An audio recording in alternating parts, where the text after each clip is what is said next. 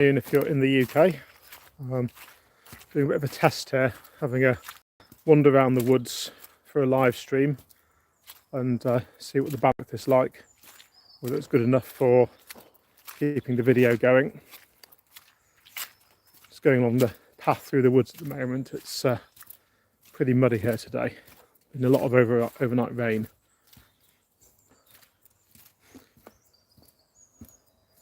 I'll just flip camera so that you can see a little bit what's ahead.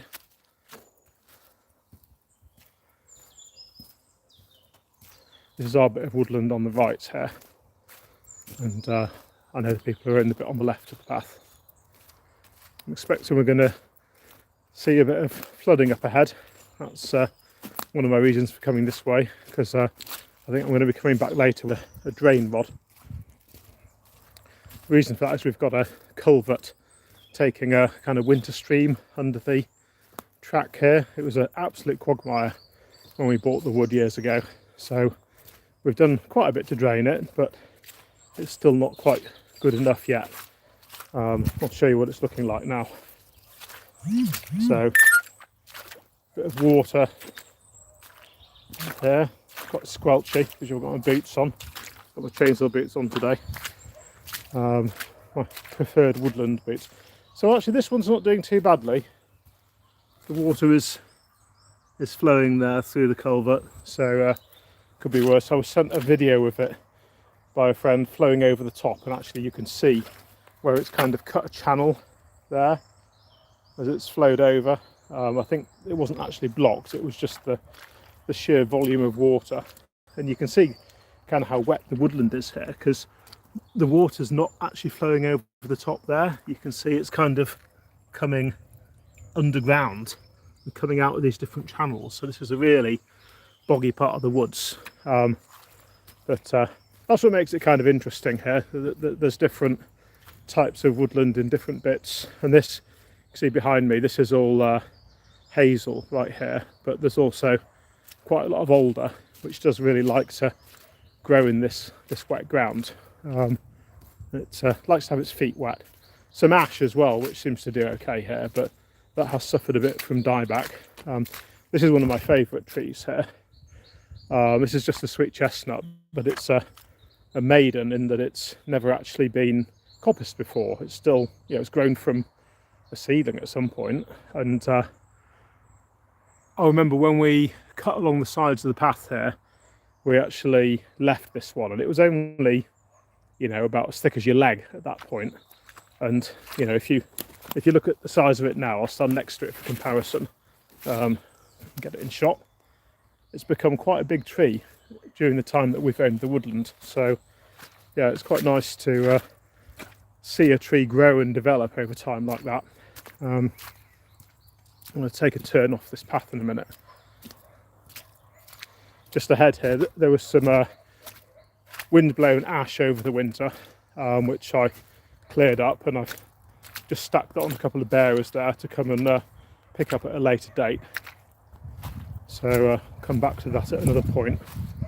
So we have still got a few ash here. Here's one that's doing all right still. That one's doing okay, but plenty of others have had dieback. So that's always a little bit of a shame to see those ash trees going. In fact, I can show you one now. Yeah. So that's the stump of an ash that had dieback and hasn't recovered, sadly. And the one I mentioned a moment ago that was wind blown, you can see that was the stem it was on there. So interestingly, all of those ash, they're all kind of the children of this massive one behind me. Yeah, it has dieback as well, but it's such a big tree that it'll probably take quite a long time for it to actually succumb to it, and who knows, maybe it'll survive. One of the things we built here a few years ago was the little bridge. It's slightly wonky, but it's good enough, and it's a lot stronger than the one it replaced. You can see the underside, we've got three big stems of chestnut that reach the whole span across, and they're resting on a bearer at each end so that they're not in the soil. So that's worked pretty well so far. We actually use this to extract timber from this part of the wood, because it's all downhill from there. We've got a little trolley and we can run the logs down the path, over the bridge, and then along to there where I was a second ago, and there's a track you can drive on there. So from that point we can load them into the back of the car and transport them the rest of the way. So yeah, so that's the little bridge. No trolls under it today. So we're coming into an area now where we coppiced a little while ago. Oh, hi Christian, good to see you there, Monty. This is an area that we coppiced, not this winter, it would have been last winter, as in a year ago. We've moved all the wood out now. You can just see a few spots like that where we used to have the wood stacked up. We've left a lot of the brash just to pile up. That's you just need to get it out of the way. When we first started doing the coppicing, we'd actually burn this stuff, but that's actually quite a lot of work and it makes an awful lot of smoke. So over the past few years we've tended to leave it just piled up like this, and that's actually pretty good for the wildlife, because the little birds and so on, robins, wrens, that kind of thing, they love going in there. It's full of all kinds of little insects for them to eat, so that's quite a nice little habitat for them. It's interesting actually, I'll just switch camera so you can see here what happens with coppicing. Yeah, so this is a willow which I cut at about shoulder height, and you can see the regrowth that's come out of it. And actually if I come back over to a sweet chestnut here, again this one's been cut as low as I feasibly could on the stool. Call it a stool when it's a coppice tree, so it's a coppice stool. And those shoots that have grown up, I'd say they've grown up about 5 or 6 feet. That's 1 year's growth, 5 or 6 feet in 1 year, or a couple of meters. And that can happen because this tree has roots that are probably a couple of 100 years old. So all of that is one single tree. You know, a big stool there, a couple of meters across. So when you cut it, it grows back fast because it's growing on ancient roots effectively. So yeah, that generally makes for rapid regrowth. Got the same here with a birch. This birch has grown up quite nicely from the stump, and birch doesn't always coppice that well. It's surprising to see so much regrowth on that. And I think what's happened here is in the past rabbits would have eaten this stuff, but over the past couple of years there's been a lot of this rabbit hemorrhagic virus around, and that seems to have decimated the rabbit population in the woods, which is good for them not eating the regrowth, but it does kind of make you wonder what's going on with the rabbits.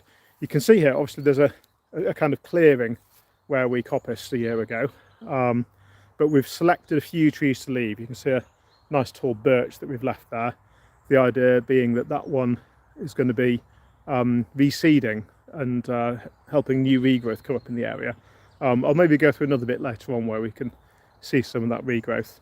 For anyone who's just joined, it's Mike here. I'm just doing a little wander around the woods, the area that we've been cutting last winter and the winter before. There's another tree that we've left, another big birch tree there, so there's several dotted around. Got another big chestnut stool coming up here, so you can see the size of that. So thinking that's literally one tree with lots of stems, and you look at the growth on that, one year's growth to grow those little stems. Let me flip the camera around so you can see it for scale. So yeah, if I'm stood next to them, you can see these stems that it's grown have grown taller than I am, and that's happened in just 1 year because it's an old tree. It's growing on old roots, and it kind of returns them to their youth when you cut them like that. So a coppice tree might live for hundreds of years even. I've seen a comment there, do I still donate blood? Do you know, I was due to donate blood in December, and I had to cancel it, and that's because I've actually got prostate cancer at the moment. I've actually got my surgery on Wednesday to have my prostate out, so until I'm clear of the prostate cancer I can't do any blood donation. But I'm told the surgery should be completely successful on Wednesday, and then hopefully sometime later this year I can get back to blood donation. So thank you for asking. On that, actually, I've been doing this series of video diaries about dealing with prostate cancer. I think I'm coping okay with the process, but if you want to go and look on my channel, you can see them in the long form videos. I've been doing them there. So at this point, we are coming up to, I'll just switch cameras. We're coming up along the edge of the field here. So we know the people who own the field. And we did quite a bit of work here. You can see the logs stacked in the field there. I'll zoom in a bit. So we've left a few logs for them there because there was a lot of wind blow that had gone through the fence line here. So we've left that for our neighbours to make use of. I say fence because it's not really a hedge. This would have been a hedge. And these big trees here are hornbeams, and they would have been part of the hedge originally. And you can see, in fact, still here, a horizontal branch coming out of it. So this would have been where it had been laid to be a hedge. So at some point in the future, what I would like to do would be to actually coppice these hornbeam, and then as they regrow, then I would be able to relay them and rebuild a hedge along the edge of this field, which would be nice because, you know, it's roughly south-facing, so it ought to do well if we can get a hedge in there, and that's very good for the wildlife. So we'll see if we can do that. Right, I've got to try and navigate this area without falling over bits of wood and rabbit holes and the like. So we're coming into the area now where we've been working this winter. I've come to the end of that now, obviously with my operation coming up next week. I've had to kind of bring all this to a close. So you can see the trees that we've cut here, and if you look at the angles, you know, you can see these are all blown over, and this lot, they were going through the fence hedge here. Some of it wasn't worth keeping, so there's a lot of piles of dead wood. That's all going to be really good. Lost connection there, so back now. Right, I was trying to flip cameras when it dropped out. Yeah, so there's all this dead wood here that we've left from the trees that had gone across, and that's going to rot and provide wildlife habitat. You can see here again, you know, these trees had uprooted and they were on their sides going into the field, so we had to work from this side of the hedge and from the other side as well. So actually this one, yeah, this is just the bare remains of a hornbeam hedge tree here. So hopefully that'll grow back, and then maybe we can get a bit of a hedge going again here. So the wood that we harvested from this that is good for firewood. Thanks for your comment. I think I'll get through it okay. I've got a plan. I've been doing all my pelvic floor exercises so that I don't have problems with incontinence afterwards. I've been working in the woods right up until these last few days to try and keep my health good, and doing exercises and the like. And yeah, I mean, I'm only 51, so the surgeon thinks I'll get through it pretty well. It will be a bit traumatic, I'm sure, and I'm going to have I think I probably won't be able to pick up a chainsaw for 3 months, and the really heavy stuff like dealing with these trees that we've been working on here, that's probably going to have to wait 6 to 9 months before I can really get back into that. But I'm hoping to get some physio to guide me through the recovery from the operation. So back to woods. This is a pile of our split timber that's going to be for firewood. I'll just flip cameras. Yeah, so you can see I've got a decent stack here. The way we process the wood is anything that's smallish, like this one here, you can see I've striped it on the side with the chainsaw, and in actual fact you can see the lines from the individual teeth on the saw chain there. So the reason for breaking the bark on the side is it helps the water get out. Anything that's bigger, we've split in long lengths, and if you have a look on my channel, you'll see various videos of me splitting logs and showing how to do that. It's not that difficult with sweet chestnut. It's trickier with birch, but you can still do it, and you can do it with harder ones such as oak as well. So that means this stack can sit here until next summer, and it can carry on seasoning. So we'll have a decent pile of pretty dry wood there when that's done. And then we've got a machine called a truncator, which sits on the side of our trailer, and we can use that to drop those long split logs into, and then it's a very quick way of cutting them up with a chainsaw to whatever length you've set it to. Yeah, then you can tip them into the trailer. But again, I've done lots of videos on that. You can go around and have a look at them. We've got more piles of wood here. That was just one of them. And yeah, you can see more here. So we haven't cut a lot this winter, again, because of my health issues. I needed to bring it to a stop. Normally I'd have carried on cutting through these coming months as well. But we've cut enough for the winter, certainly for our own use, and a bit of what we sell to others as well. So I'm going to head out of this area and back onto one of the tracks. Bit of an uphill for me here.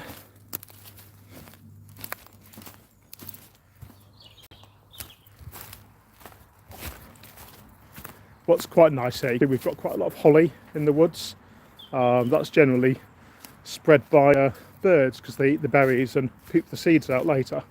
And we've actually often seen that where you've got an oak tree with a nice perching branch, and then you'll find a whole load of holly seedlings growing underneath the branch, which recently I have tried transplanting in the winter and moving them to different places around the wood. Otherwise you just get a whole cluster of holly in one place, and it's nice to spread it around a bit for the wildlife that likes holly to go and live in. We've got, it's worth talking about the oak trees, I suppose. So I've got one behind me here, quite a decent size oak tree. So this type of woodland is what you would normally call coppice with standards. I'll just switch camera again. So there's the coppice, and there's the oak standards. Traditionally, it used to be something like you'd have 10 oak trees per acre, and the coppice would be for firewood or charcoal for smelting iron ore, and the standards would have been, the oak standards, they would have been felled periodically for building ships, sailing ships. But obviously those kind of days have passed, but the process of having maintaining woodland that's a mix is still there. And most of the species here, I'd say it's mostly for the coppice, sweet chestnut and birch, but we do have the odd other little bit. I mean, we walked past some ash earlier, some hazel, some alder, hornbeam along the field edges where it was used as a hedge. We've actually been told by a professor of forestry who visited here a while ago that probably this whole woodland was hornbeam at some point, but then that would have been better for charcoal, for smelting iron. But that will have changed over time, and they would have replaced it with chestnut for hop poles. Now this tree is a little bit of a special one. It doesn't look like much, but that is the only beech tree in our woods. Goodness knows how it got here, because there's no others. And the seeds don't blow on the wind, but we're hoping that will grow up. I kind of keep other trees from falling on it and hope it continues to do well. Maybe by the end of my life we'll have a big beech tree there.